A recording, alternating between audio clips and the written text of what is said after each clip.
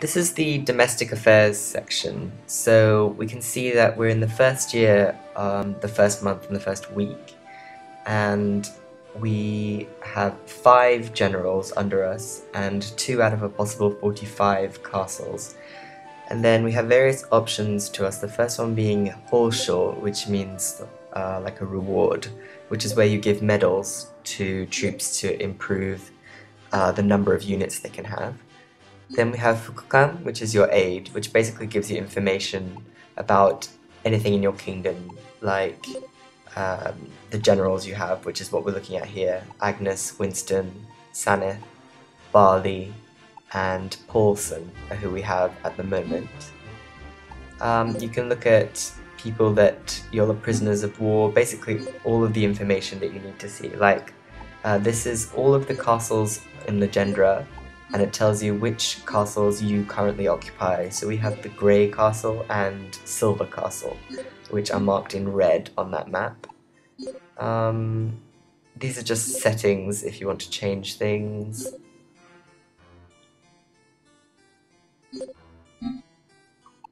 Okay, next we have Sobi, which is equipment.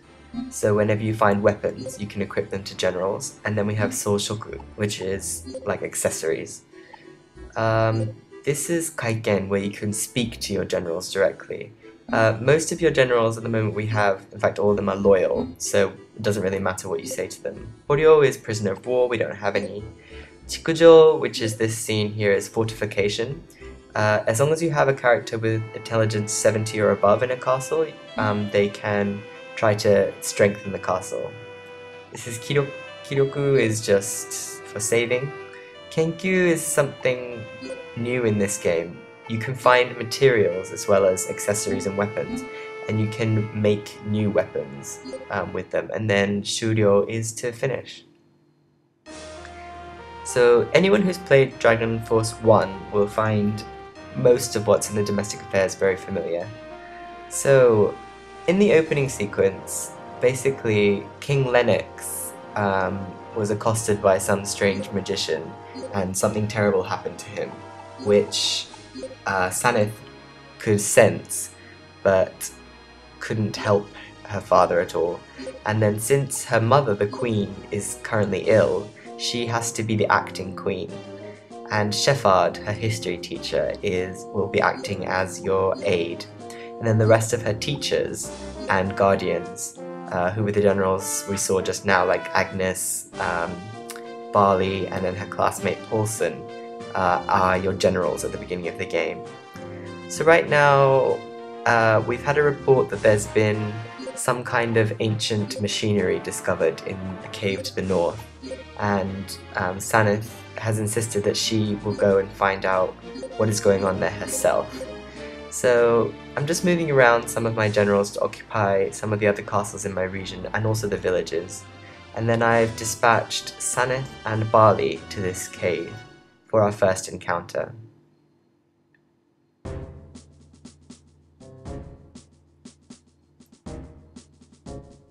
Here we fight someone from the Zeldokian army, and these guys are called Dogul, which doesn't really mean much, but they're like demons or ghouls. So they have 100 units, which sounds like a lot, but these guys aren't that strong, and we have a trump card. Part of the reason I like this kingdom the best is because I loved Reinhardt. He was my favorite character from the first game. But another reason I really like starting out as Tradnoa is because of Barley. So Barley has 2 of perhaps the most broken spells, which we'll get onto. The biggest difference between Dragon Force 2 and 1 is that you can have 2 different troop types for 1 unit. So Barley has mages and monks here. You can decide whether you want who you want to be in the front and who you want in the back. And depending on the type of unit that your general is, be they a warrior, a priest, a sage, you can get different special formations as well. So right now I'm just going to play the waiting game with my mages. So this guy's troops are called Dogul, and they're basically demons. Unfortunately, there are hardly any troops that are actually strong against demons. As you can see here, even with my monks fighting, even though they get hits in, not everyone dies.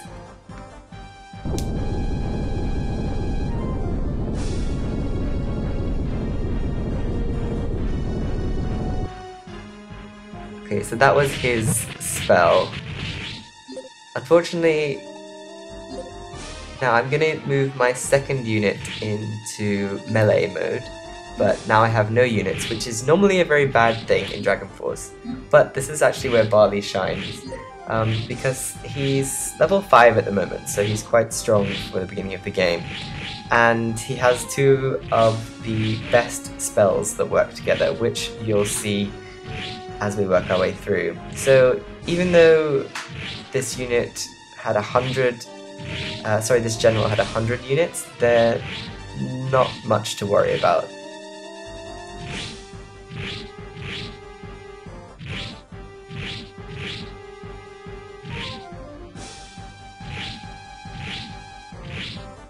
I'm just gonna have Barley just keep kind of smashing through them.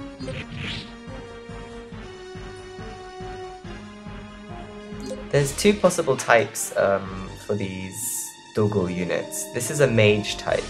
There's also a soldier type that have sword skills. But they usually have the same units, these demons.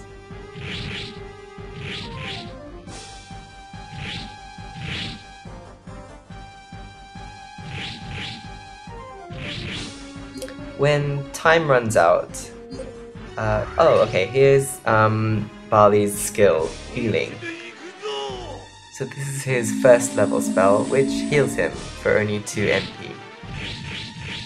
Now, different to the first Dragon Force, in this game, if neither general is defeated when time runs out, it's actually a draw, and both generals can still fight again. In Dragon Force 1, if two generals drew against each other, they were both unable to be selected, just as if they had been defeated. But in this game, you can actually keep fighting on, which is what makes Barley so great, because I filled up my health completely using his healing spell. And though you might think, okay, well, this guy's got 15 enemies still, and Barley has no troops left. But you might very soon realize just how broken Barley is. Only Sanneth has a character like this in her kingdom though, so it's not like every character is very broken. But Tradnoa is perhaps the easiest kingdom to play as, I think. They have a nice kingdom that they start off as protected on a lot of sides. And they have some pretty strong units to begin with, and also, as you'll see later, lots of other units join them quite easily. Now this is Magic Charge. So his second ability is Magic Charge, which, if you see in the bottom right, fills up his MP to full, and it costs no MP to cast. So you can use all your MP healing and then just fill up your MP again, and meanwhile just take out all of their units, as I did here. Now I had the opportunity to have a one-on-one duel, which is what happens when neither general has any units, but Barley isn't actually very good at first-person combat, so instead I'm sending Sanneth in.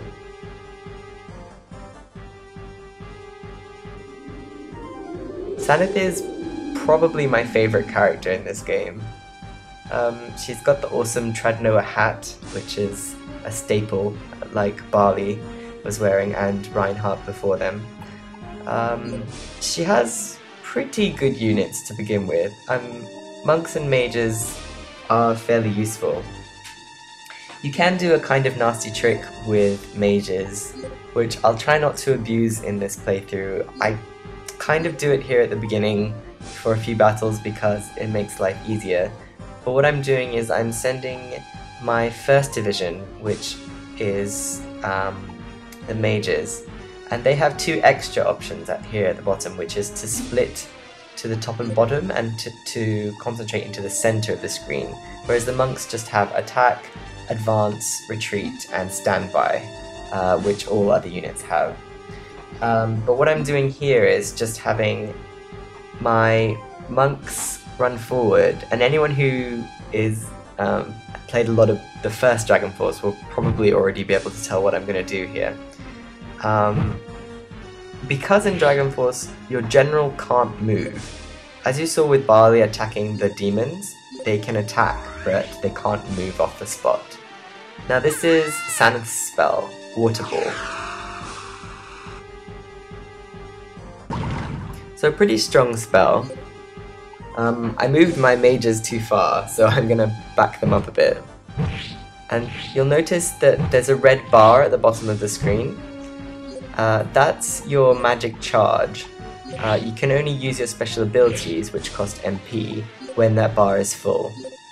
So what I'm doing here, I gathered my monks in the center and then had them stand by, so that they can just continue to hit the general while he's out of range. Perhaps the best thing about Sanneth is she has a lot of MP, and then her charge rate is incredibly fast. If you can see, my magic bar is already full, so I can already use another skill. If you're not familiar with the other generals, this might not seem that fast, but I promise you she has one of the fastest, if not the fastest charge rate. And that combined with her very high MP makes her a very easy general to start with.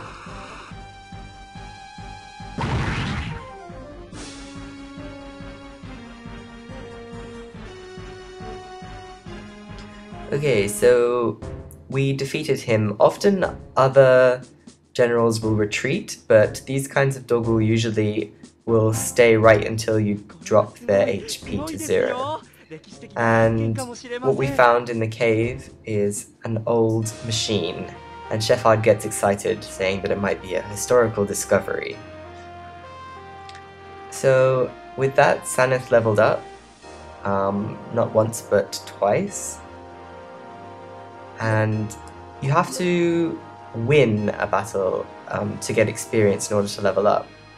Barley, because he only drew, didn't actually get any experience there. Now, once you fought a battle, you actually need to fill up your troops once again. And to do that, you need to go back to a castle that you occupy. Now you can see this is the only castle that we can reach at the moment, but it has 3 level 20 units. And at the moment, well, Sanneth is level 3 now, but considering most of my generals are level 1, that's kind of the game's way of telling you, don't go over here yet. This kingdom with the black flags is the kingdom of Tristan, and the monarch of that kingdom is Adelbach. I didn't show you them in the introduction. This is Adelbach with the metal mask, because it's one of the kingdoms that you actually can't select at the beginning of the game. And the monarch of Tristan in Dragon Force 1 is Junon, who also wore a mask. And then up here, this to the north of Tristan is the kingdom of Moon Palace, whose monarch is here, is called Lenny. You also can't select her on your first playthrough. Just like in Dragon Force 1, how you couldn't play as Goldark or Reinhardt until you'd finished the game once with one of the other characters, you can't play as Tristan or Moon Palace, those kingdoms, until you have sort of a new game plus, until you finish the game once already.